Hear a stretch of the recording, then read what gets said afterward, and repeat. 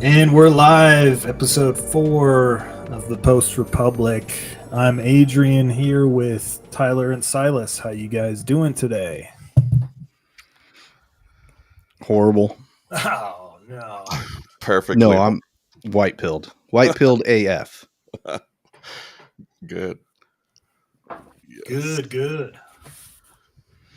How you guys doing? Oh, I'm great. I'm just taking it all in. People are freaking out online, both sides. It seems like it's gonna be that way for a while, but there is good news mixed in with all the chaos. I think that's important to remember. Yeah, it seems like that chaos is like one of their best arguments against a Trump administration. They kind of use that as one of their main talking points of he brings chaos. He brings chaos and it's really what they mean is just change. And change and evolution is a good thing, I thought. I don't know. Progression. I don't know. Yeah, this is a lot of progress, or they probably view it as regress. They're getting that bureaucracy confused with democracy. But when there's excessive amounts of control, chaos in itself isn't necessarily a bad thing. It just has a lot of negative connotations to it because it's not. There's no order to it. It's just chaos, which I don't think is accurate necessarily for a lot of what's going on, but just a buzzword.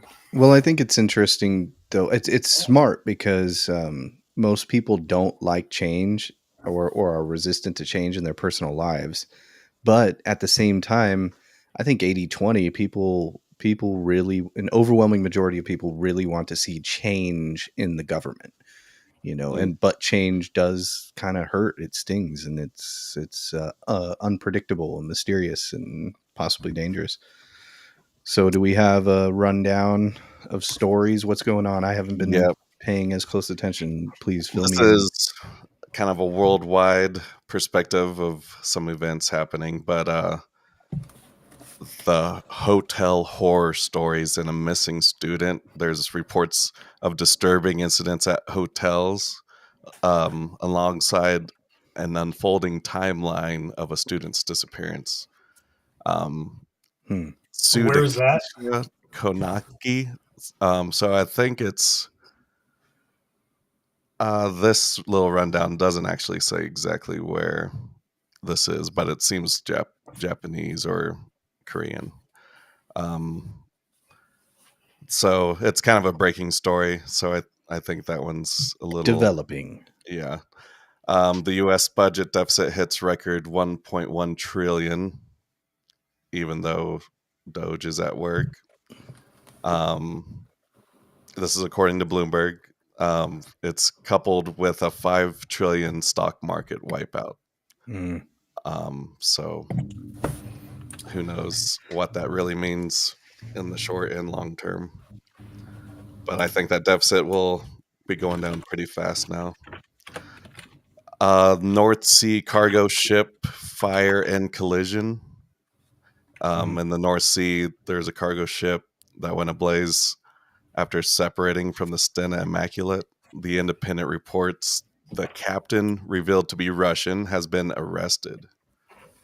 So maybe some foul play, or maybe the Ruskies are at it. Good attempt to blame the Russians, Oh yeah. Trump's humanitarian aid cuts and Panama Canal threats. President Trump, his defense of humanitarian aid cuts to lesser-known nations like Lesotho, alongside threats to seize control of the Panama Canal, is stirring geopolitical controversy. NPR is reporting on this, so you can only assume their angle. These moves are part of a broader trade war escalation in general.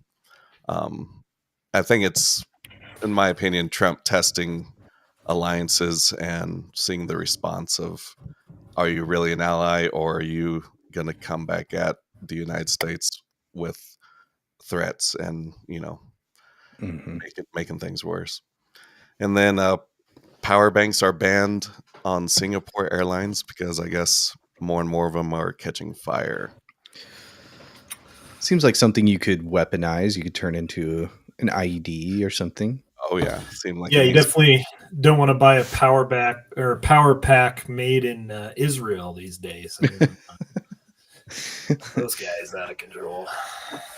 So I can only think like, okay, some of these stories, it's like obviously to get a response, right? They don't want anybody like they want to kind of demonize Trump's trade war. So like anything that's, negative news, negative headlines about that, they want to pump those stories up. Anything that's negative about Russia, they want to pump those stories up. So what else was there?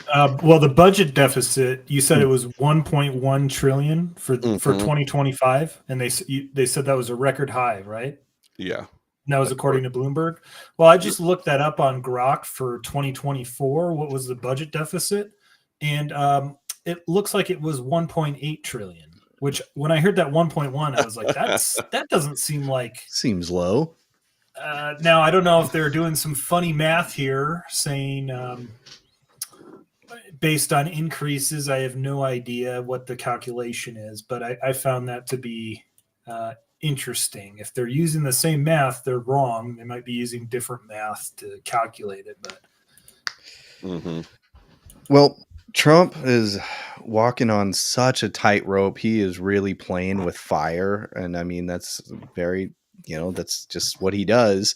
Yeah. I mean, the trade war, like we talked about, maybe doing a little bit more research on tariffs themselves, but everybody always uses, whenever I'm listening to somebody talk about tariffs, they kind of always relate it to like historically how it worked historically. Oh, tariffs made the Great Depression way worse.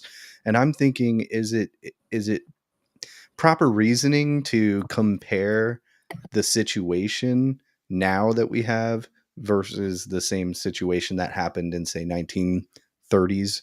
Like, we had a way different geopolitical environment, and the globe and the US wasn't as globally dominant back then. So I'm wondering if any sort of older wisdom about tariffs actually applies today. Well, I know Trump referenced McKinley a lot in his use of tariffs, and I think that was the late 1800s. I want to say maybe early 1900s. So yeah, I guess you could play it both ways in terms of saying, can you reference McKinley as being relevant today versus when it went wrong? I think, and I just had a thought about tariffs. This probably isn't original, but I think it's not. I mean, a lot of it is being promoted for manufacturing, and I think bringing back manufacturing to the U.S., incentivizing it with tariffs, there's definitely logic there. I also think it could be a component of trying to crush other economies to make the U.S. stronger, because I think, for one, as the reserve currency, we can always withstand more turbulence because we're the printer of last resort, so to speak. The EU doesn't have that ability compared to the US, and obviously Canada is a fraction of what we are. So I don't think this is just being done totally on a whim, the way they present Trump, like, oh, he just thinks tariffs are going to do this. But the bigger picture of what's going on is, it's still hard to parse, but I think this is a lot more strategic than just manufacturing. Yeah. I think there's a lot of angles being considered, and it's one of the primary negotiation tools that a country has, and a lot of people have forgotten about it. And I've done just some quick research, and I'll kind of read it as we start to dig in. But I guess tariffs is pretty much what helped Canada really concrete itself as a country, and they pretty much used it from the start to make sure that they weren't going to get screwed over by the United States and other countries. So there's a lot of examples of it working and not working. That's actually kind of what I looked up. Well, it's Of course, it works for other countries, right? But for us, if we do it, it's the end of the world. Yeah. But it's the most peaceful negotiation tool that you can have with the country to like I said before, I think it's Trump's prodding all the alliances that we assumed were there to see how they respond and what type of deals they come back towards him with, because I think he is open to any type of deal, not just tariffs, but tariffs is what gets the conversation going. Mm-hmm. Well, and I've noticed. Well, there's kind of a big debate. Okay, does Trump actually believe in tariffs as an end in themselves, or is he just using it as a negotiating tactic to get what we want? But then you listen to him speak, and he talks about how like McKinley or Lincoln or whoever else were able to use tariffs and or utilize tariffs in a way that really helped build their country, right? So it seems like the noises that he's making, he actually believes in them in themselves. But I was thinking, Trump is a good poker player. And I think he has to mouth those sentiments. He has to make those noises that he actually believes in tariffs because he needs the other people to think that he's actually serious about going through with them. He can't make it seem like he's bluffing. Mm-hmm. Yeah, I don't think he is bluffing a lot of times with these tariffs too. I think it kind of serves both purposes, really. Mm-hmm. But I was just reading it in 1789, the very first tariff for the United States was 5 to 15% on different imports, depending on the import, and that raised 90% of the budget by 1792. So that's 3 years of 5 to 15% that allowed the government to operate without any taxation on the citizens. Mm-hmm. Well, I also I see it as, I mean, maybe this is kind of a lowbrow view of politics, but I think that we should be making our own stuff. We shouldn't be relying on other countries to make our medicine or to make our microchips or whatever. And it seems like the liberal global empire used regulation to crush any sort of local or domestic production and to kind of incentivize any sort of offshore production. And it seems to me that Trump is kind of saying, hey, look, I'm getting rid of regulations. He's saying for any new regulation, we're going to slash 10 regulations. And so he's kind of opening up the regulatory aspect of business domestically, and also kind of tariffing or disincentivizing offshore manufacturing. It's kind of up to the businessmen, the capital, the the people that have the capital to make that decision to invest in America. And he's kind of saying, hey, come invest, come make stuff, and it's up to you. He's removing the barriers, and it's up to us to kind of do it. Yeah, and it's happening. Like, there's big movers coming in from around the world to do the chips and automobile production and all that. So it does make sense to me, for sure. What I've been worried about is that 4-year time period. A business is going to be like, okay, well, we have 4 years before another tumultuous, earth shattering election that's going to just change everything. Well, from that first example I gave of the first tariff, it took 3 years for it to really show that it was working. So potentially within that 3-year period now, we'll see a huge difference in quality of life, and potentially the IRS changing to the ERS, and maybe that'll be enough to get the pretty much the same type of people in, like Vance or something, to keep it going another 8 years to kind of concrete it. But we'll just have to wait and see on that. Yeah, I did a Grok search on what amount of tariffs would be needed to get rid of the income tax in the U.S. And its math came out to we'd need to have basically about a 78% tariff on all products. Mm-hmm. So that seems unrealistic without some type of, Doge on steroids, essentially. And I just don't see Trump cutting Medicaid, Social Security. He's not going to do that. Nope. It's way too politically unpopular. Yep. So I think there's going to be a combination of things that happen in order to get rid of the income tax. And I don't know if I said on the last show, but I listened to this podcast where, I don't know if you're familiar with the guy Tom Luongo. No. He's kind of a financial analyst.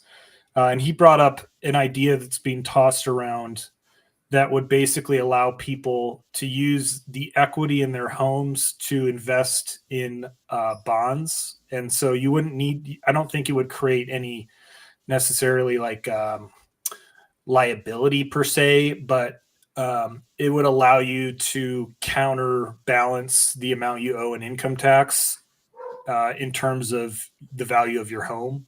So it just kind of creates an income stream that would allow you to mostly cancel out your income tax. And obviously you have to own property in order to gain that equity.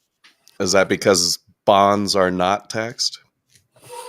If you're holding bonds and it's raising in value, you may not be taxed on that, I guess. Well, I think the logic is you'd get a dividend on it, either like yearly or something. So it helps to stabilize bond markets, and then it also gives you a cut of, like, you own something, and so you're getting more value from it. Now I don't know if you would get taxed on that, because this is all just another way of just, putting down the poor minorities. Mm-hmm. It's going back to landowners make the decisions.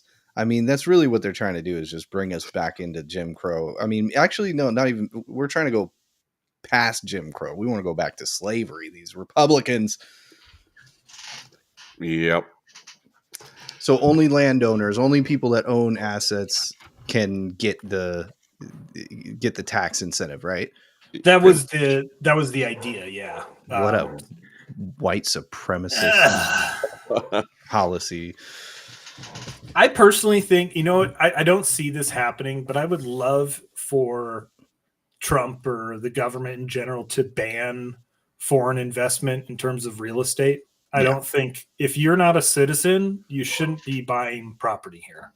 Yeah. Because we're allowing, it allows people that own property to make money, but for people that are trying to buy property who are citizens, it kind of screws them over. I know that's not free market, but I don't really care, because we're taking your libertarian card, your anarcho-capitalist. Man, we're taking that card.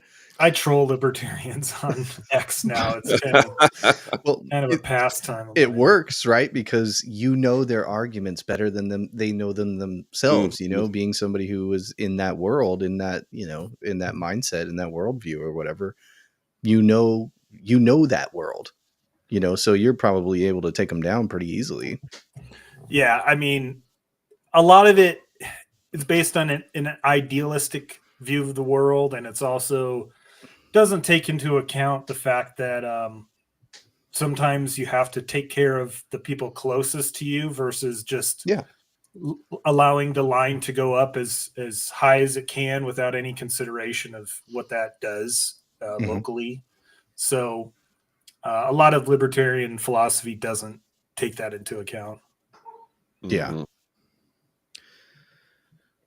I mean, I'm trying my best not to go down the rabbit hole of psychologizing the libertarians. Here it goes. No, let's stick with the tariffs. 5 years later, Tyler comes back from another cave and he's like, I figured it out. Yeah, exactly. Well, a lot of, and I was in the truther, I don't want to call it a community, but the rabbit hole of, like, it's all, the government is totally evil. Everyone's evil. Mm-hmm. Everyone in power is evil. Black-pilled truthers.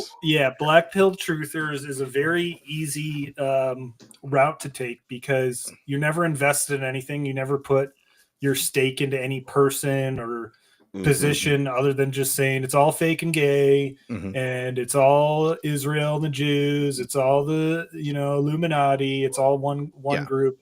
Mhm. And it's honestly it's an understandable psychological like reaction to a very like sometimes dark world or a control system that's we can feel the oppression of it or and whatnot. But at the same time, it's more of just a coping strategy that leaves you um, just completely out of the game, Mhm. and you kind of give up your power by saying like, "Oh yeah, it's all fake and gay. I'm not going to participate in Yeah. anything." And Which is Yeah. what they want. The devil wants a neutral opponent. yeah, Yep. Yeah, it's important to the way I view it is you polarize towards your will or your direction or your belief system, whatever it might be. Even if it is confused at first, like if you just commit to that direction, then you will, if it's the wrong direction, you'll start to see all these signs and blockades and stuff. And then when it's the right direction, it gets narrower, but it also um like it allows you to keep going towards the Flows. truth. I Yeah. always say like lean into what's flowing. Mm-hmm. Not necessarily in a political sense, but more of like a personal, business sense or something like that. Like lean into what's flowing.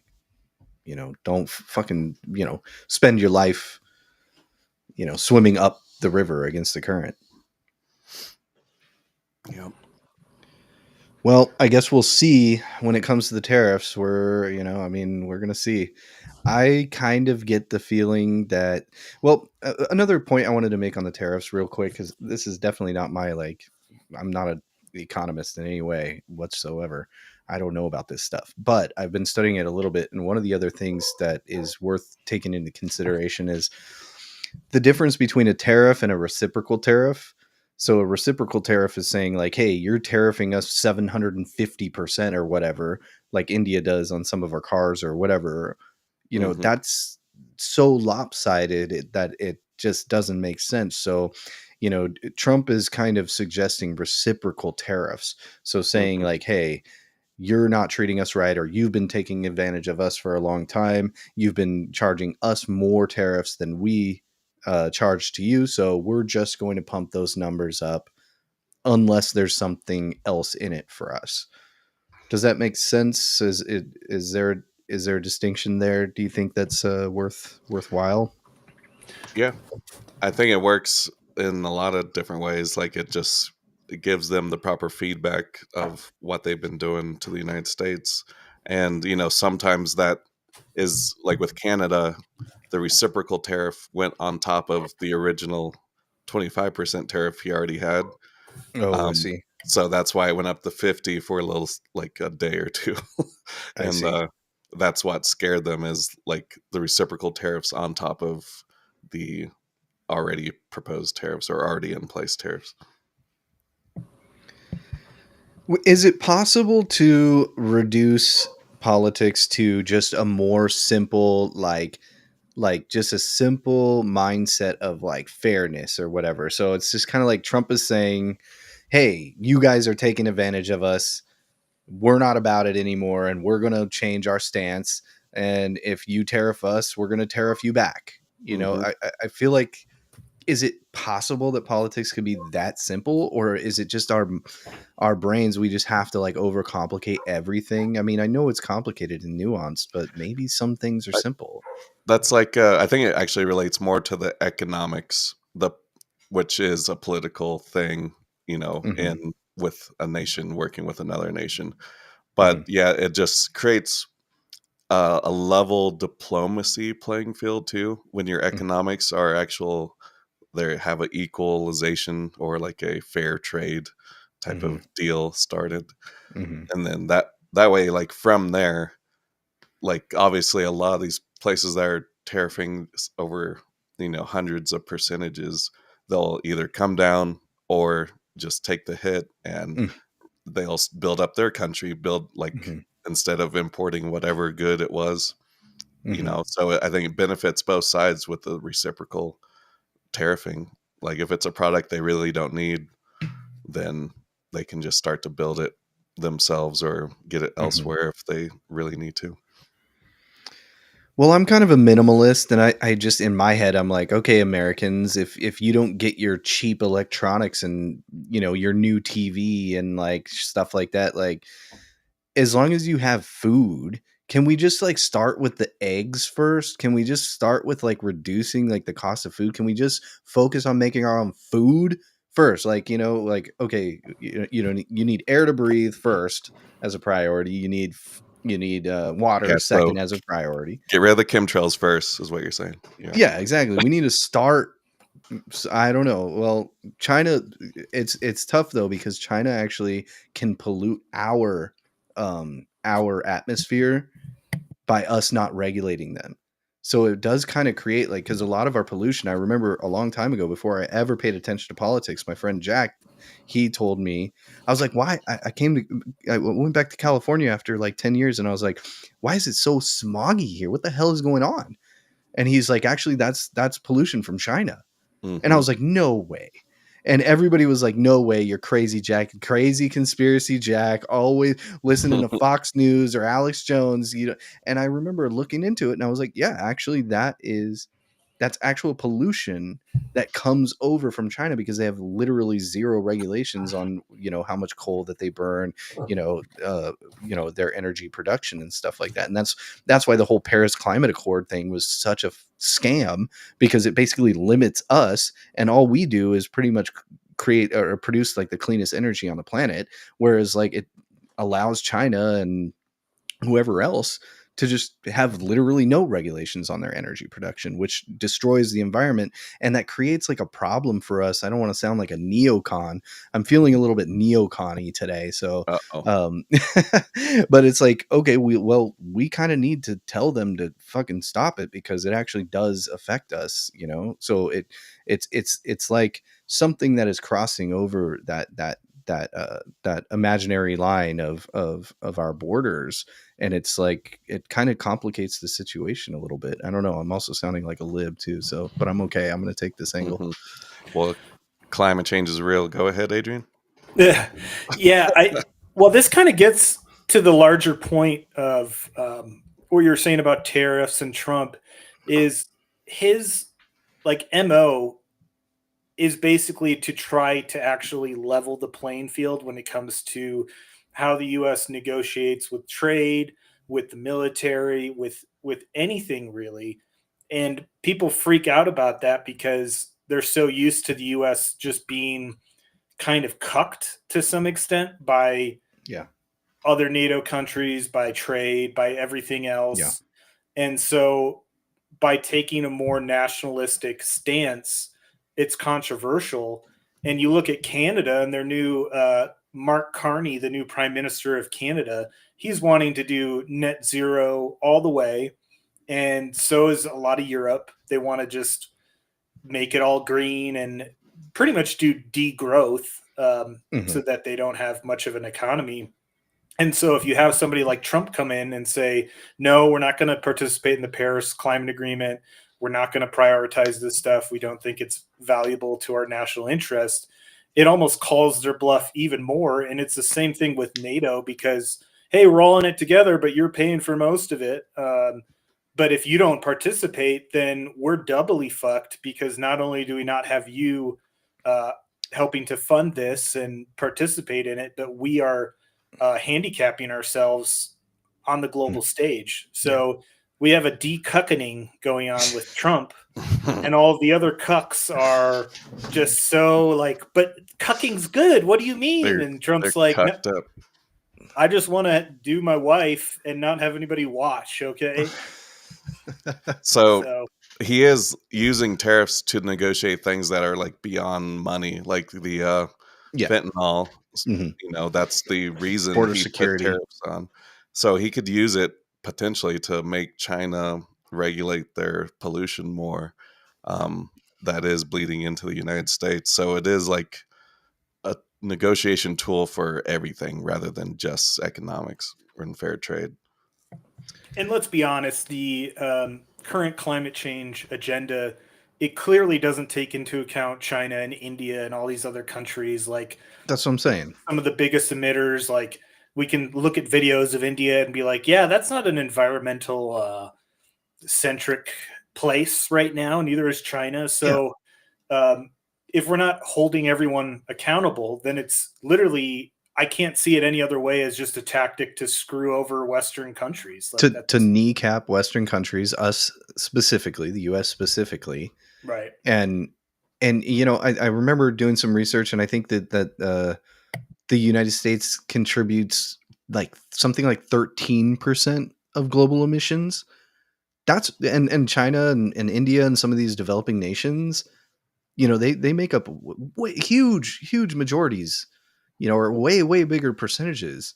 You know, we're only 13%, and like these stupid libtards think that, you know, stopping you from driving your car is somehow going to like make a difference, or us entering into some symbolic garbage Paris Climate Accord. Like, it's like, come on, you guys, get real. Like, do you not know anything? Like, they literally know nothing. Like, it's like, okay, what percentage does the United States contribute to global emissions? Oh, I don't know. It's probably at least 90%. You know, like I can hear them saying that. You know, it's the same thing as them saying, when you ask a liberal how many innocent unarmed black men are shot down every year. Oh, it's got to be 10,000. It's like, it's 13. Okay, like that's why, like, we started like not like agreeing about facts as well. That's kind of like a big part of the like what the issue is, you know, people used to disagree about, like, we used to agree on where we want to go, but then we started disagreeing about, or we would just disagree about how to get there. Right. Yeah. We want to help the poor. And the Republicans say, well, in order to help the poor, we need a better economy. We need, you know, more business. We need more entrepreneurship. We need more investment and stuff like that. And then, you know, the liberals will say, well, no, we want to help the poor. But, and the only way to do that is just more government, more power, more entitlements. And so it's just a disagreement on where we want to go. But now we're on a disagreement on like actually where we want to go. And I think a big part of that disagreement is also with, you know, just not living in two different realities as far as like as far as the assumed facts and stuff.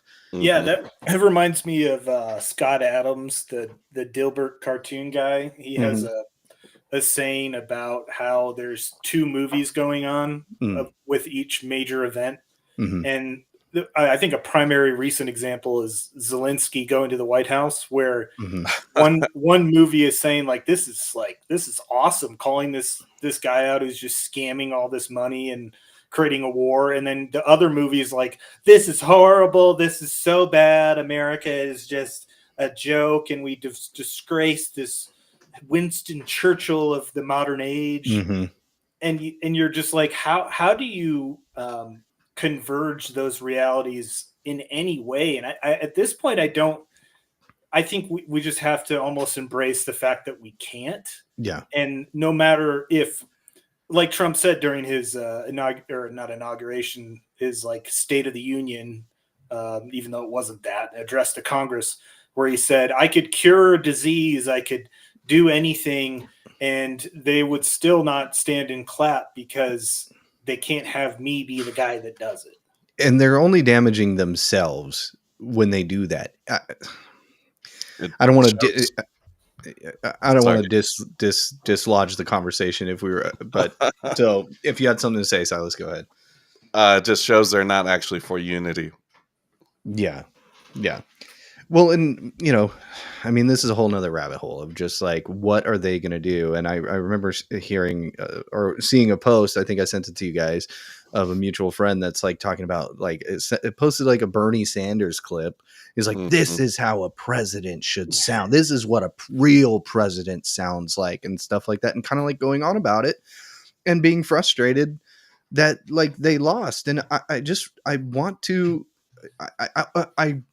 the charitable Christian part of me wants to like reach out an olive branch and say, hey, look, like, here's the reasons why you lost. I can tell you why you lost, and I can help you guys modulate in order to or moderate or change your positions, or at least just change your strategy, so that way you don't have to like go through this again. But first of all, I don't necessarily want to help my enemy, um uh my political enemy, but also it's like they won't listen, and they created this deontological moral system that they can't go back on. Mm-hmm. Yeah, it reminds me of that quote: "Never interrupt your enemy when they're making a mistake." Yeah. It's and I feel that way too when I see people just losing their minds, reposting stuff about trans women, about Ukraine, about all this stuff that is generally unpopular. Same with still, as far the last poll I saw on illegal immigration and mass deportations, I mean, it was still very popular. So I think what they don't understand is that their reality isn't how most people see it. And they still haven't come to terms with the fact that, like, yeah, Trump won the popular vote. Most people agree with a decent amount of his policies, maybe not all of them, but when it comes to the ones that are controversial, it's pretty close to a majority as you can get, or a strong majority. And that majority views it as common sense, a lot of the stuff he's doing. Right. Well, they back themselves into a corner with the minority stuff. So, a democracy or a representative democracy or constitutional republic that relies on, elections to elect the representatives, you do actually have to pay attention to popularity. And so what their plan was is to focus on the minorities, and they kind of like they had to create more minorities in order to pursue this agenda. But the problem here's the crux of their strategy is that they had to have so many pockets of minorities that those pockets of minorities would add up to become a majority. And that actually didn't work because when you try to create all these different factions and all these minorities, it actually like people don't. It forces you to go down like crazy rabbit holes, like transgenderism or open borders or whatever else, or supporting a corrupt regime in Ukraine and stuff that, or how could you even defend the Afghanistan withdrawal, like stuff like that. It like forces you to defend the indefensible, and you can't have like a long-term political strategy if you don't pay attention to that type of stuff. And I think that's really why the transgender issue was so important in this election, because it's really the height of inclusivity, like woke politics, where you're saying men can compete in women's sports, and not only that, men can be in locker rooms with women. And most people, even who are Democrats, are generally not in favor of that. It's just a vocal minority that are. And so you get, and a lot of people are like, well, why is this such an important issue? We have other important issues. And obviously in the grand scheme of things, it's maybe not as important as say World War III or some other bigger issues. But at the same time, it kind of strikes at the core of what's gone wrong with the Democratic Party, because they can't even acknowledge this most basic level of biology while at the same time being supposedly the party of science. So it's going to continue to be an issue going forward until they resolve that. Go ahead. Well, I was going to say transgenderism itself is just, it is a perfect example of like, them supporting the absurd, but they'll support any absurd thing. And I think that the reason why it is important, whether or not if it's like, say, what, 1% of people are trans or whatever, and there's more important issues for you guys to focus on. I don't know. I think that it is really important because it's a part of their obsession to control reality, and so and bend reality. And when we let them bend reality just a little bit, it leads to all kinds of like absurdities and even more worse outcomes. If we let them change gender and sex and start letting them trans the kids. I mean, what else? They already won the war of reason at that point. So I don't want to I guess I don't think you are. I think we're saying the same thing, because all we do is agree on this channel. No, but that, it is important, and I think it did kind of like grasp the zeitgeist of the mood of the country. It was one of those big issues. It's like, no, we're not going to allow you to just manipulate reality by just changing some words around, you bunch of witches. Yeah, so I have I have a personal anecdote related to this topic. Nice. So I was at a focus group last night for the first time. I signed up. Somebody had posted something online. I was like, I'm not doing anything. This could be interesting. Make like $100 and just see what this is about. I didn't know what the topic was until I got there. And I get there, and the topic basically is about some new proposals that are going to be on the ballot in Colorado related to this issue. So one of them was make it a life in prison without parole for somebody who is caught trafficking children for sex. But the other two were related to the trans issue. So the second one was ban minors from receiving gender affirming care from surgeries and puberty blockers. And then the third issue was banning men and women's sports. And that'll be potentially, if it gets approved to be on the ballot, it'll be in 2026. So, for Colorado. Yeah. So clearly, I think the Republicans are hedging on this issue, continuing to be unpopular in a way to draw people out to at least be like, you know what, this is crazy. Like, I know we're a blue state, but I think that could still pass in a blue state like Colorado, because a lot of Democrats aren't really like, they might support the Democrats on most other things, but that issue is like, yeah, but I don't like that. And it can kind of peel off some people who are like, yeah, this is kind of crazy. Wait, what? My party's doing what? And yeah. So I think it's still going to be a big issue. And in the focus group, most people were in favor of all of the proposals. That's good. Do you remember the numbers of the majorities, like how it broke down by chance? Was it overwhelming majorities? I would say in general, it was, I think there were 9 people in the group, and I want to say it was really 3 people in general who had issues. One guy was not in favor of any of it. 2 people were undecided, and I want to say the other 6 supported it strongly or likely supported it. So, so there wasn't a lot of pushback. This was in a group of unaffiliated voters. So like independents or right.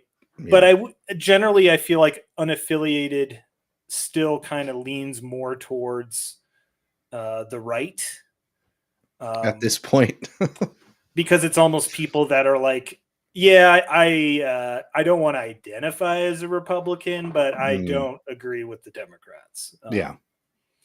So I think it's still going to be a huge issue until they correct on it. And I noticed until they let it go. Yeah. And so a recent talking point that's gone around, I've noticed some politicians repeating it, is that, well, that's an issue that I think we should let local communities decide on.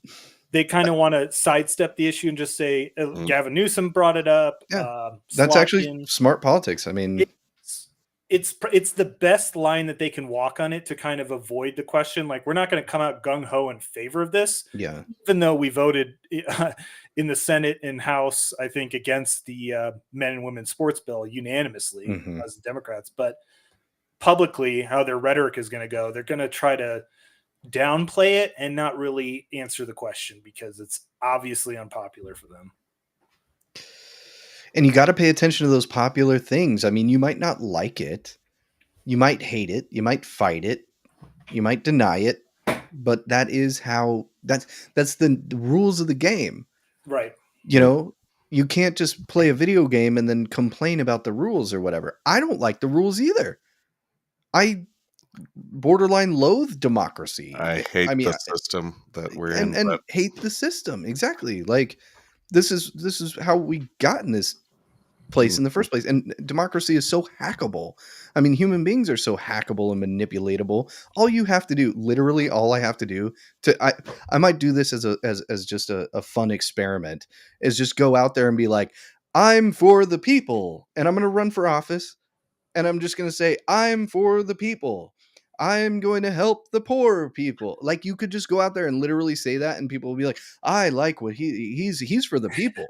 And then you just literally get elected on that alone, because people aren't even going to like look into my background and realize that I'm a degenerate and stuff like that.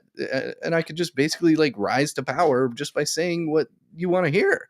I mean, it's insane. Don't people realize? It really does kind of drive me crazy that people that I know, the people that I respect even, and the people that I love are so susceptible to this type of manipulation. Yeah, it's eye opening, and if you haven't gone through that struggle of realizing like you're seeking the truth, and then all of a sudden you realize, okay, I'm not even close right now. What the heck's going on? And you have to wake up to the government stuff. You have to wake up to the spiritual stuff. Like, if you haven't done it even once, then you're gonna pretty much just keep being aloof and being programmed because you're not challenging your own Yeah. belief system. Well, and that's the cave that you mentioned earlier, right? That's like Plato's cave. Like, that's the whole point. You're kind of chained in the cave, and there's a fire behind you, and there's figures moving, and that's projecting the shadows of what you think that reality is. And then learning philosophy or any sort of red pilling, like you're saying, any sort of like, challenging your own beliefs, that is you shedding the chains and coming out of the cave and seeing reality for the first time. But something that happens though is when you go out and you see reality for the first time, it's kind of a traumatic experience, and you're like, whoa, what the heck? And then you try to go in. Here's the part of Plato's cave. I'm not sure if I think that he has this part in the allegory as well. But if you try to go in and free the other people, they're going to try and kill you, because they're scared of what type of knowledge that you're bringing. They're saying, no, you're lying. I don't believe you that you've seen the real world. This is all there is. And so you try to free people, and they just turn around and try to kill you. Mm-hmm. Or they only see your huge shadow reflecting on the wall, and they're scared of what you're saying and don't view you as a ally anymore. You're just part of the scary shadows or the story that they observe. Yeah, that's right. And as much as we hate propaganda, or we might have issues with some aspects of propaganda, unfortunately it works. And as much as we would like people to be rational actors who are able to assess reality and just go based on reason and intellect, you have to play off people's emotions if you want to win an election. Yeah. And you have to sometimes maybe not view them as lesser, but you have to acknowledge the fact that if you want to gain power, you're going to have to use some tactics that if you just wanted to go pure reason and can make a convincing argument, you would lose. Yeah. And Trump understands that. And that's what they don't understand. They don't understand why somebody, and I was going to bring this up. I'm glad I thought of it. So people who are so angry that Trump won, and they're like not realizing that they need to modulate their politics, is that what ends up happening is they just hate their neighbor. They just go, oh, how could it be that so many people have voted for him? That just means that all of my neighbors, or at least 56% or whatever, 52%, or a slight majority of my neighbors are actually Nazis. And that's and I hate them, like that creates, they are on a dangerous path. They need to, instead of saying, hey, maybe some of my ideas are bad, maybe I'm wrong. No, they just say, no, I hate my neighbor. If somebody's driving a Tesla, I'm going to go carve a Nazi sign on it, because how dare they support such a fascistic dictator Nazi like Elon Musk? It's like, dude, you guys keep doing this. Keep doing it. Keep doing it. And then we'll just drag you kicking and screaming into prosperity. Exactly. And then at some point they'll realize, wait a minute, how is everything cheaper and everyone's happier except me? Well, that's a bummer because I think Trump's golden age is going to take some time, maybe even years to really get there. And so it's going to look bad for a bit. And we're probably going to lose those midterms and possibly even election after that. So I think maybe that's their plan. I know the Dems aren't stupid, at least the higher up Dems. I know they're not stupid. I know they know how politics works.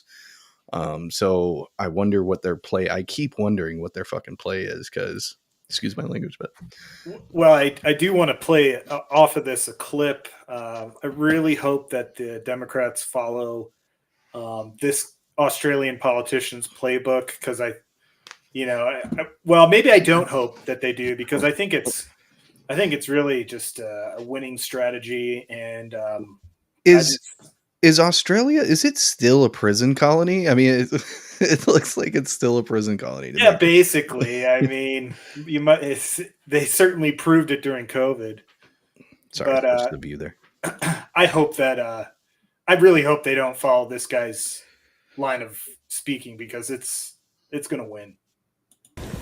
'Cause we need a change to protect democracy. We gotta stand up if we wanna see a future for the territory. Nothing left that we can do. It's the voice we want. Honesty, it's the voice we want. Integrity, it's the voice we want. Democracy, the voice we need. Oh, yes, indeed. Oh, I'm feeling rallied up, bud. Oh, man. Don't you just feel your testosterone levels rising by the second? Do we have a cuck of the week here?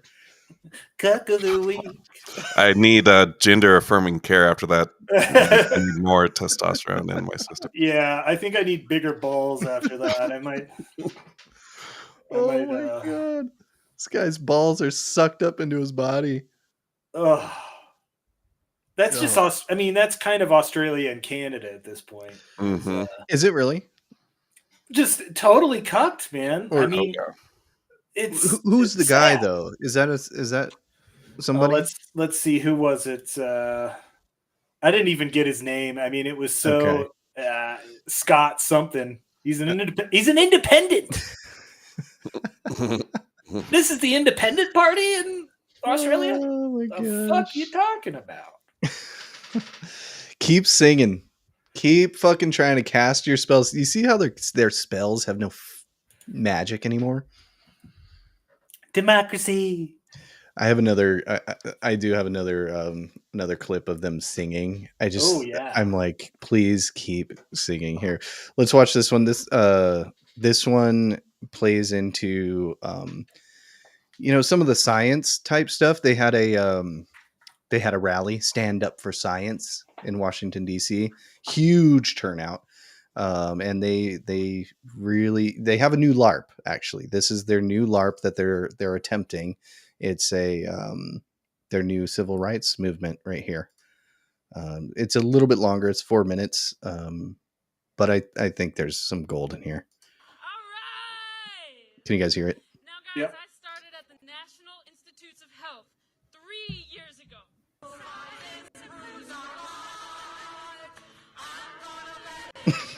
Oh, yeah.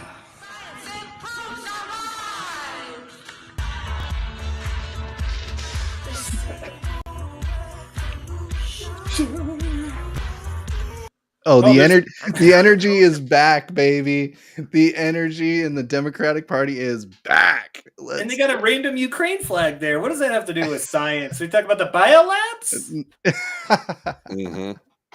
Redefine, a podcast dedicated to unpacking life with a disability. Oh, just popping. How are we going to compete with this? Climate science deniers, we have taken them on. And while these fights continue, we've made a lot of progress. And, we made a lot of progress, but only when we take action. Action in the courts, action in the streets, actions online. Oh man, they're crushing. Get on Reddit and share those memes, everybody. Funding ignorance. I saw something Science that is said, the solution. When there's no one to keep our food, air, and water Maha quality kills. safe and You see clean, that? real Oh, is people that will is get that one? sick. In back there. Oh, When it there's is no right one there. watching and alerting us to hurricanes, wildfires, and other extreme weather and climate impacts, people will die. They're gonna die. We don't move in fear. Don't move in fear. There. We don't move in fear. Again? Drill it in your head. Mask up, baby. Oh, masked up. They scan for examples. The Simpsons. They can The distort Simpsons and predicted ridicule. this, or didn't They predict ask it. no one what their work actually is. They ignore obvious information about it. What? I thought they explicitly They'll did call hormone and transgenic research in mice Transgenic? making transgender mice.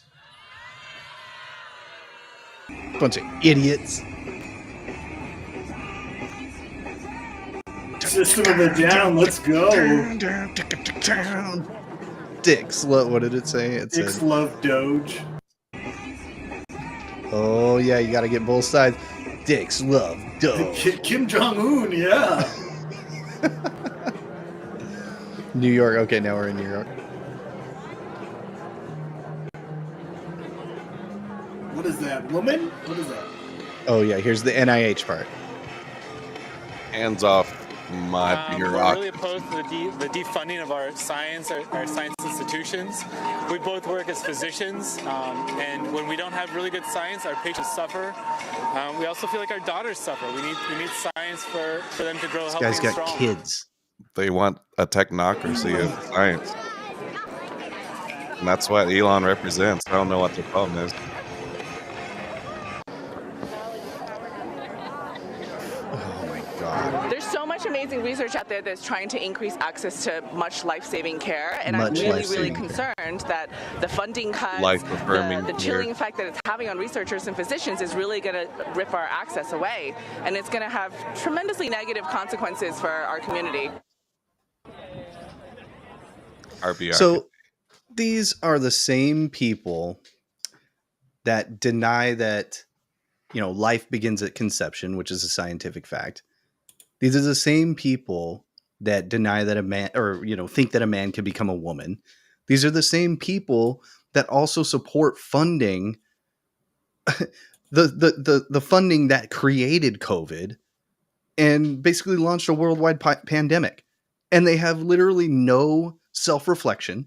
They're going to get out there and seriously try to LARP a civil rights movement about government funded science. Like, you got to be outside your mind. Yeah. It's just because it's kind of like the educational community is similar to the science community in that they are reliant on the government to exist. Yes. So they're just seeing, like, pretty much, how are we going to get funded? There's no way for us to continue science after this, I guess. Well, and that brings me to another point too of, like, do we really want science to be publicly funded as opposed to privately funded? I mean, they're just ignoring all of the, you know, the fraudulent and wasteful spending, you know, that goes into these damn things. NIH, they really are out there with signs, you know, promoting NIH after what happened. There's one sign, I don't know if you guys saw it. It said Fauci for president. Oh God. Yeah. Like, okay, keep doing this. I mean, I don't know. Well, that's the thing is, like, they're still watching that other movie. You know, Fauci's Yes. still the good guy. Yes. And he needed to be pardoned because he was going to be persecuted by the anti-vaxxers. Mm-hmm. It's just, at this point, those people, if you don't see it by now, at least on the vaccine issue, with COVID, you didn't see anything wrong with COVID, then, like, what argument is going to change your mind? You're in an NPR witchcraft spell right now. Yeah. Okay, so here we go. Mahakills.org. Oh, nice. Stop. This looks like one of your, like, Adrian, this looks like one of your, like, Squarespace. Oh, yeah. one of your satire sites. Stop the revolt against science, medicine, and the media. Hashtag Mahakills. They're always trying to make it a thing. This is a difficult and unprecedented time in U.S. healthcare with massive layoffs in the government sector, uncertainty and gag orders, and the rise of the Maha movement. We believe that we are witnessing a revolt against science, medicine, and the media that goes well beyond vaccines, and will have an impact for generations to come in the U.S. and around the world. I mean, I did find it interesting that they said well beyond vaccines. Yeah, what else? Transgenderism? Well, it's kind of, I find it interesting because they're almost saying, like, we're not just talking about vaccines, because maybe it's a self-awareness of the fact that some people are like, yeah, I mean, I got some questions. It's no. It's not just vaccines, though. It's climate change. It's fluoride. It's abortion. It's fluoride. It's chemtrails. It's everything. It's stratospheric aerosol injection. Okay, it's chemicals, but we don't call it that. I just want to tell them, okay, well, maybe you shouldn't have demonized, half of the country or the majority of the world at this point. I'm so tired of this science cult. The guys all, we've been fighting against anti-vaxxers and creationists. And I'm like, what is so wrong? Honestly, what is so wrong with asking questions about the origin of the universe or the origin of the earth? So what? So I don't believe, I'm not a young earth creationist, but I'm just thinking, like, okay, from their perspective, they're thinking, okay, I'm asking a question. I am questioning. I'm not just going to take it based off of authority, because that would be a fallacy of appealing to authority. If I base all of my knowledge, my epistemology, on what someone else says, what somebody else in authority says, then I'm actually not coming to any conclusions myself. And isn't that what science is? Why is it so bad? Why does it threaten them so much, saying, hey, I don't believe in evolution, or hey, I don't believe that the universe is old? What does it matter so much to them? They always say that same thing too. Why does it affect you so much that gay people get to get married or whatever? It's like, why does it hurt you so much that people question you? Mm-hmm. I think because they're not confident in their beliefs, and they haven't gone through the same process of understanding why they believe certain things. It's almost entirely emotion based. And if it's emotion based, every response is going to be rooted in emotion. So if you are actually, let's have a civil discussion about this. Their idea of civil is like, they don't really have a format for that in their mind. They don't have an idea of, how can I just ask a question of my beliefs without being upset by that? Mm-hmm. They don't allow for that, because then it's going to get to the root of the fact that they haven't even done any thinking on it. It's just all reactionary. Yeah. And that used to be the right. Right. The right was the reactionaries, and it's so fun watching that reversal of watching them react. I'm having a little bit of Schadenfreude, even though they're so toxic. Well, I got another reaction for you. We're gonna say something, Silas? Nope. Sorry. I'm taking over. This is the Tyler Show. We got another lady here, and I think she's a good representation of how people are responding to things. Has anyone heard? CEO posters are being plastered everywhere with wanted signs. Yeah. Oh my God. Evidently, it looks like it's going to be open season on CEOs. Oh, break out the guillotine. God bless America. I want to kill people. Yay! I hate my neighbor and I want to kill them. Gotta love it. And, they worship Luigi Mangione. They're still doing those crazy... I don't know if it was AI or if it was real, but I saw like on the side of a building him as like a saint. Like, Oh like yeah, I've seen. have you seen that? Was that real? If I that's don't know. real, It's hard to that's tell these insane. days. But it's believable. If it's not real, it will be eventually. Yeah. Yep. They love the murderous side of how quickly you can just justify murder. Yeah. Is pretty scary. Yeah. And we definitely saw that in 2020 with all of the riots and all that. Which good news, guys. Something that I think shows that the world is healing. This happened recently. BLM Plaza, go bye-bye. They're tearing it down. And you know what? There's nobody there protesting. Right. I know. I think we're witnessing the death of scientism. We're witnessing the death of this identitarian BLM movement, this weird neo-racist movement. We're witnessing the death of it, the death of liberalism. You know, people kind of get thrown off when I say liberalism.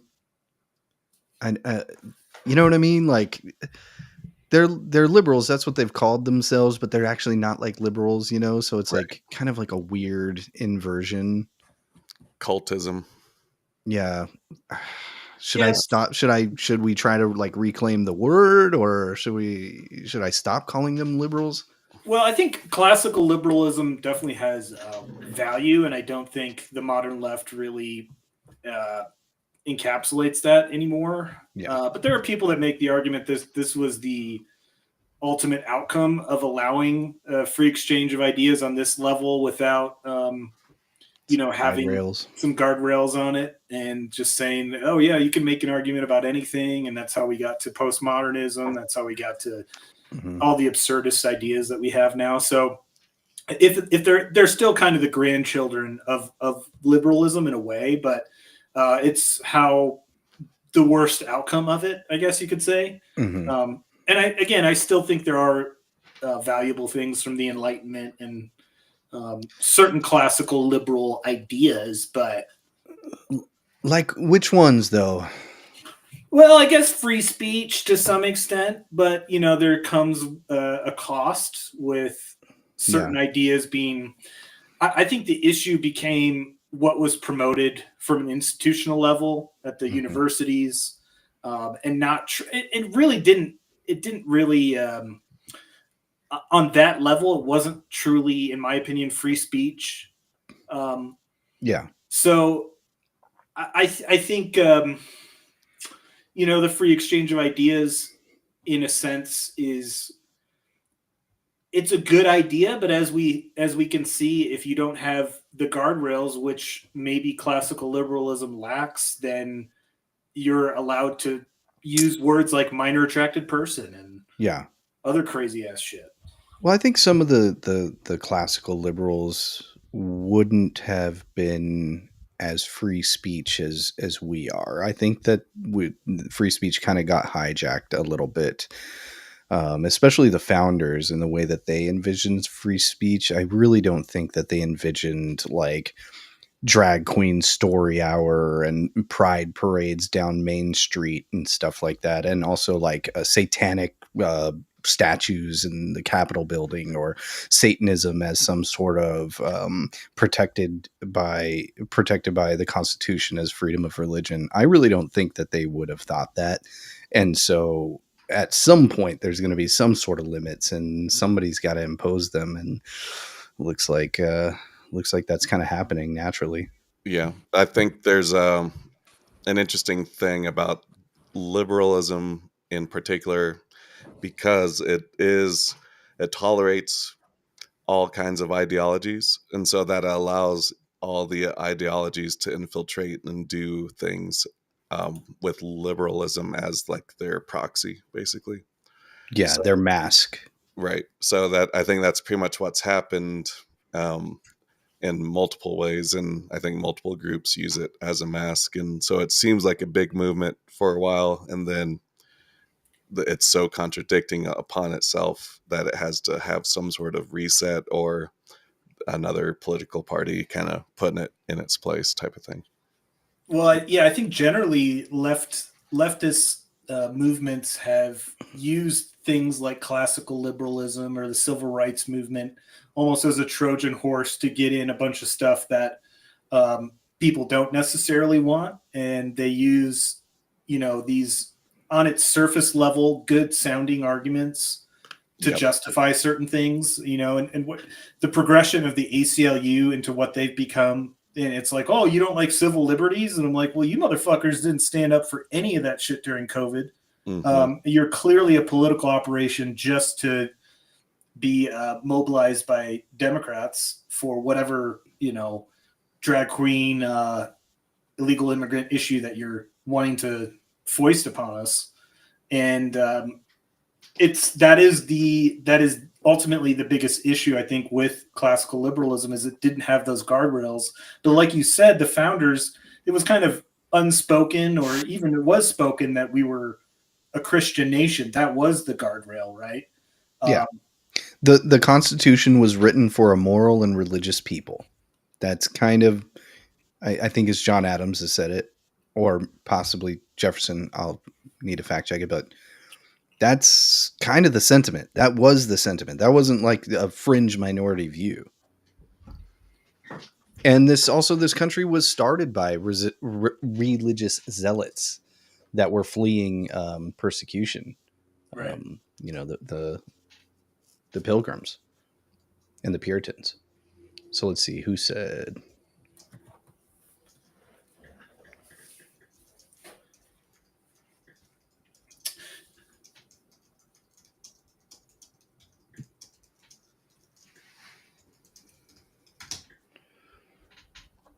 John Adams, one of the founding fathers and the second president of the United States, in a letter to the Massachusetts militia on October 11th, 1798.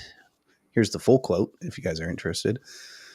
"We have no government armed with power capable of contending with human passions, unbridled by morality and religion. Avarice, ambition, revenge, or gallantry would break the strongest cords of our Constitution as a whale goes through a net. Our Constitution was made only for a moral and religious people. It is wholly inadequate to the government of any other." So secular humanism is not in line with the Constitution. Oh, man, those people. Yeah, I should pull up a clip from the Sam Cedar Jubilee. I watched some of it. Because there was a guy who pretty much, I think he cooked them. He cooked them pretty good, and it kind of said this some of the things that you've talked about. But I thought it was a really foundational ethics. You got it. Let me pull this up here. Yeah, and the Enlightenment. Sorry, just real quick before you play it. I think that the Enlightenment, which is also closely related to the French Revolution, but the Enlightenment, the French Revolution, that stuff led to postmodernism, which led to essentially where we're at now with radical liberalism and secularism and secular humanism and stuff like that. So, I agree. There probably were some good things about the Enlightenment. But at the same time, it's tough to overlook. We didn't want a king, and a king. Oops, sorry. It's tough to. No, you're good. It's just tough to overlook some of those. Like, do the benefits outweigh, the horrors? I think it led to Nazism and communism and the horrors of utilitarianism. So I don't know. I have a pretty big, how do I say this, bone to pick with the Enlightenment. But anyway, let's check it out. And the reason why we have a democracy is because we didn't want a king. And the kings came from the idea that their God said that they're the ones who's supposed to be king. And so we can disagree on this. I don't want to live in a country that is ruled by religious fundamentalism. And if I do, you have no issue with that. And no. And this is why I say, under Trump, yes, you have won.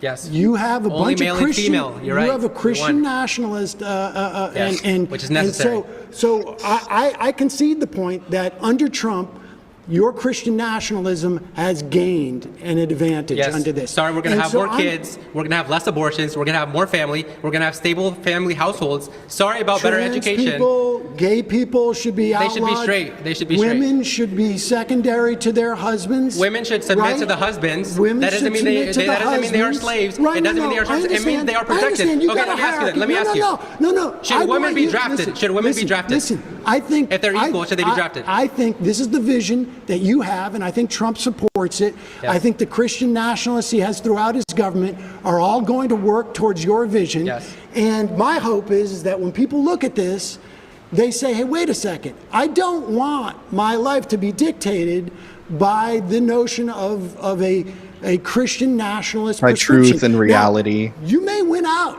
I mean, certainly, like if you I don't want my life to be dictated by truth and reality. Sorry, there was actually a better clip I wanted to play from that. Let me just try to see if I can find it. Because, well, I wanted to say what Yeah. he said there at the beginning about kings. The reason why kings exist is because like they thought God or something. No, there was so many different pagan kings and stuff, all kinds of different kingdoms that had nothing to do with Judeo-Christian religiosity. Right. I'll be right back. Okay. Yeah, all Sam Cedar does is keep trying to talk over the other person, which is so just annoying.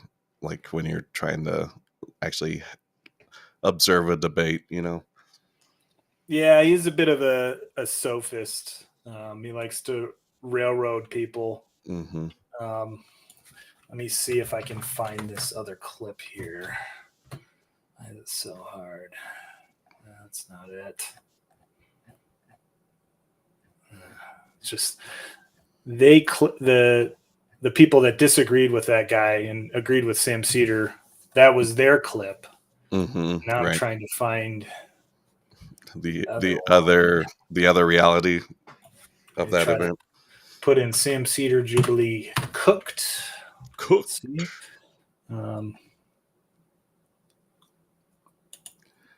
I think this one is better. Just pull this up.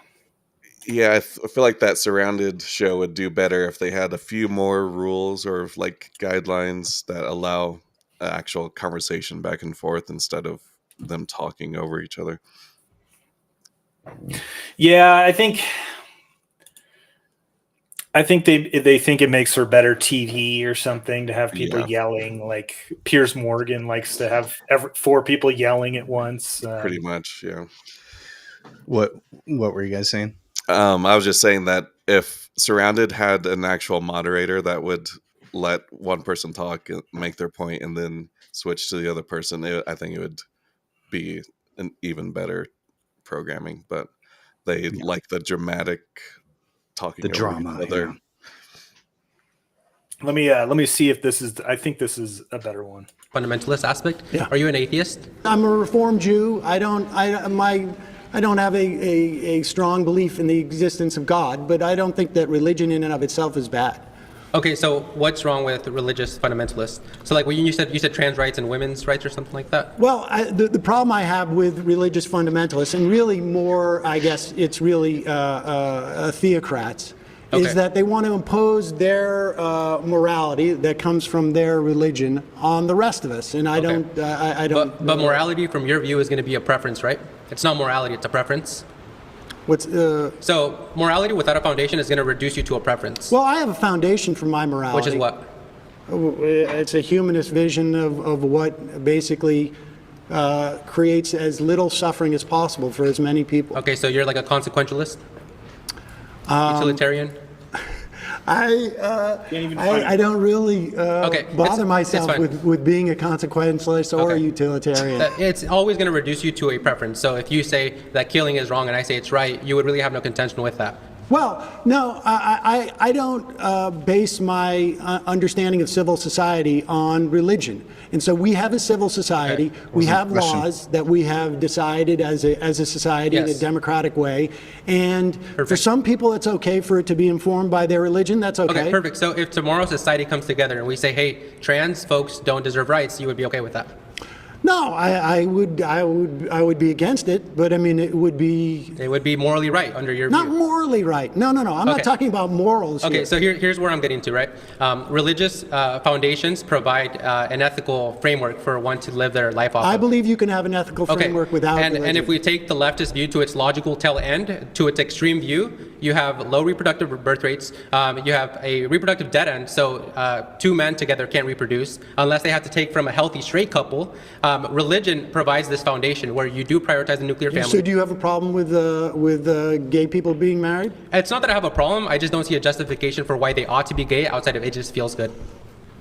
Can you give me another justification for it? Well, I think maybe that's the way they were born. Okay, what Maybe. about pedophiles? Are they born that way? They may be, yeah. Okay, so should we let a pedophile off the hook since they were born that way? No, I think we as a society has Should decided. implement duties to prevent them from acting on that innate urge, correct? Well, I think between consenting adults, it's a different thing than. Okay, than so you're okay preying with on a children. 45-year-old dad with a 19-year-old daughter as well? Incest.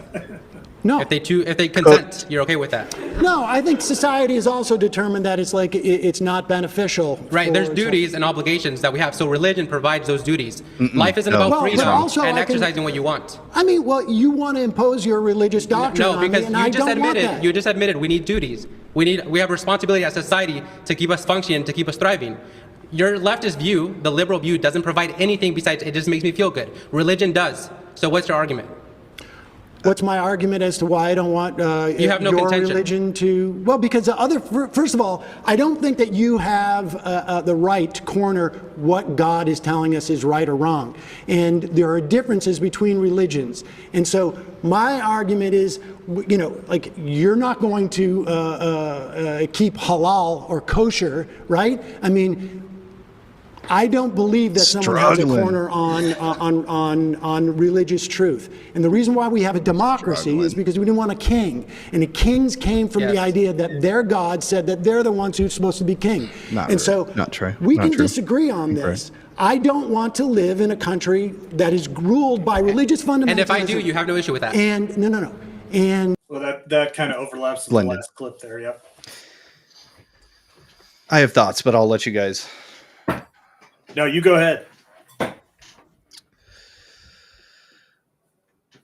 Well, obviously, Sam Cedar has never done any sort of actual study of ethics, like any sort of scholarly, any sort of like. He's never even taken a philosophy 101 class. He has no idea. Like when the guy said, "You have no foundation for that," and he goes, "No, I do," and he doesn't even realize that he's caught into a trap. This guy did very, very well. There's Mhm. only one thing I would say is religion doesn't provide the moral structure.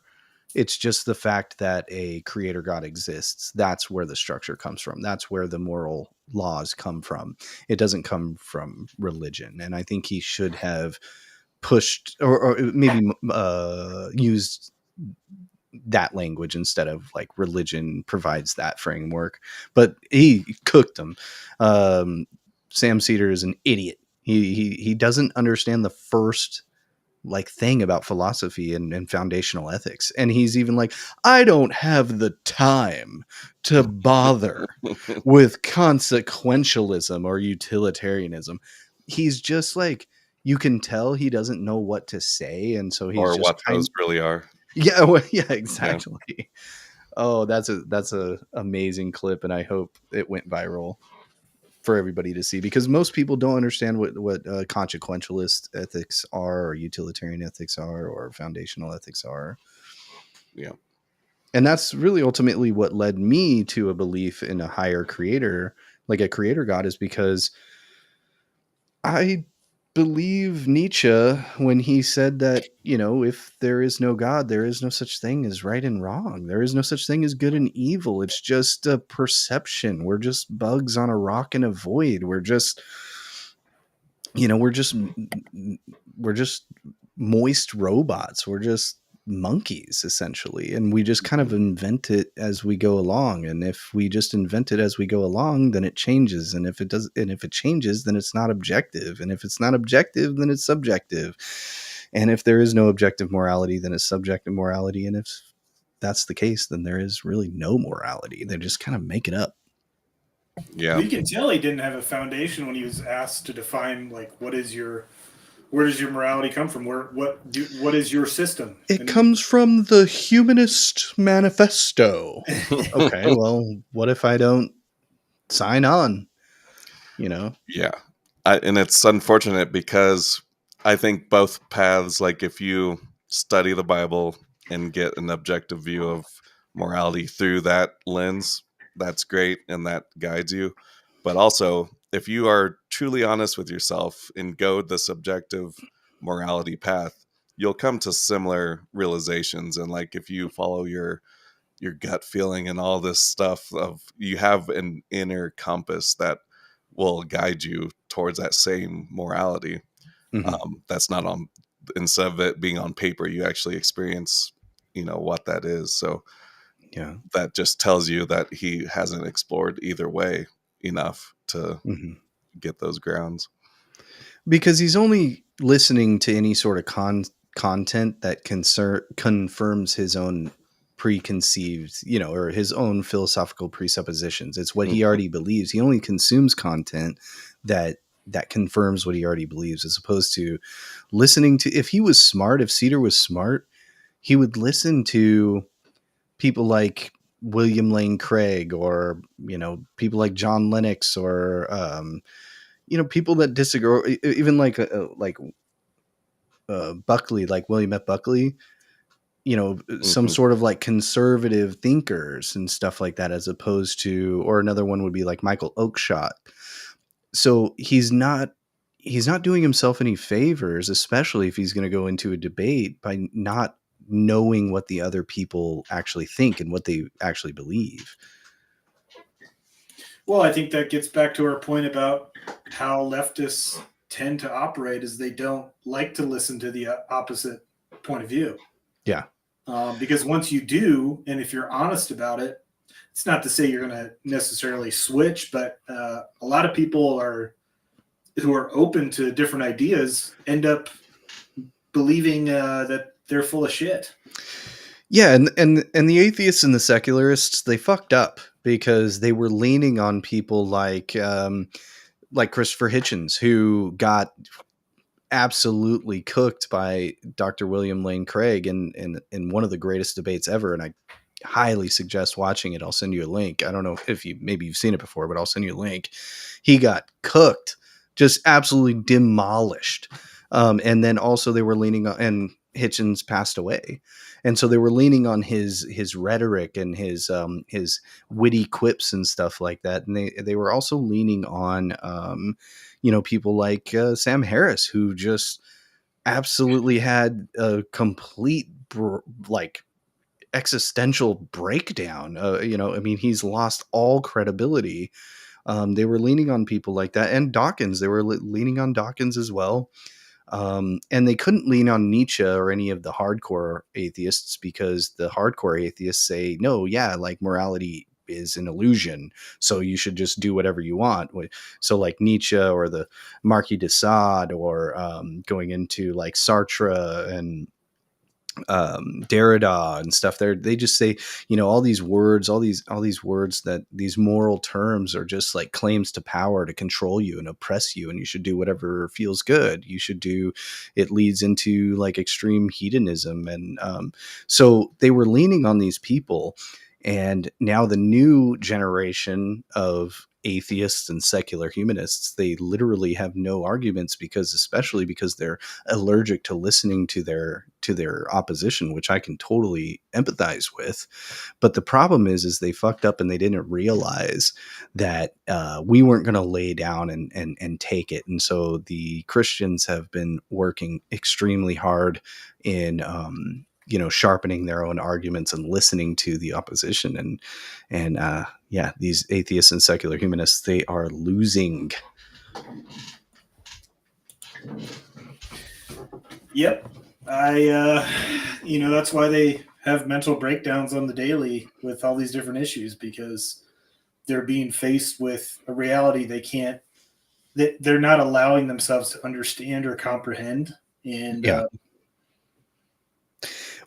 up in their faces. And another quick thing about that debate there is that I've been thinking about this for a bit. The liberals have constructed their own deontological moral system. So deontological morals would be something like morals that never change, is kind of my definition for that. They have created their own deontological moral system with no philosophical or metaphysical foundation. And so the problem is that morality is written on our hearts, like objective morality is written on our hearts as much as we deny it. And that's kind of like what Silas was saying, is like, it lives there, it's there no matter what. And it's hard to deny it. So that's why they have such a hard time turning their backs on the trans movement and stuff like that, is because they have deontological instincts written on their heart. And so they don't want to abandon their moral system. Otherwise it would hurt them. Yeah, I think it's actually written into their brain, and they have trouble reaching their heart because of those thought forms, or those belief systems are constricting their connection to the moral base that is in the heart. But yeah. Well, should we wrap it up here? That's a good place to end it. I like ending it on a deep note there, and I would love to hear anybody else's comments, or if anybody wanted to come on. Anybody out there, if you want to come on and debate me, bro, about foundationalist ethics, please make it happen. I don't know. Nobody's watching, but maybe somebody will see it. Sam Cedar Jr., if you're available. Sorry, he doesn't have children, so that's never mind.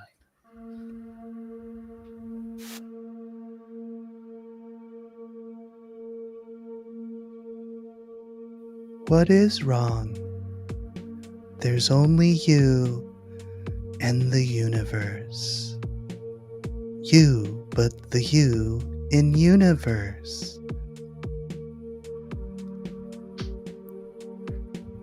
Feel the vibrations flowing through your body, and just realize that you don't exist.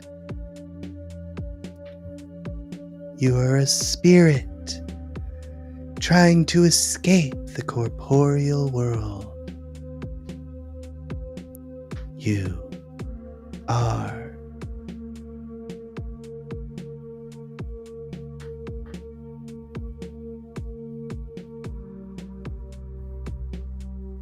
That's my impression of a guru.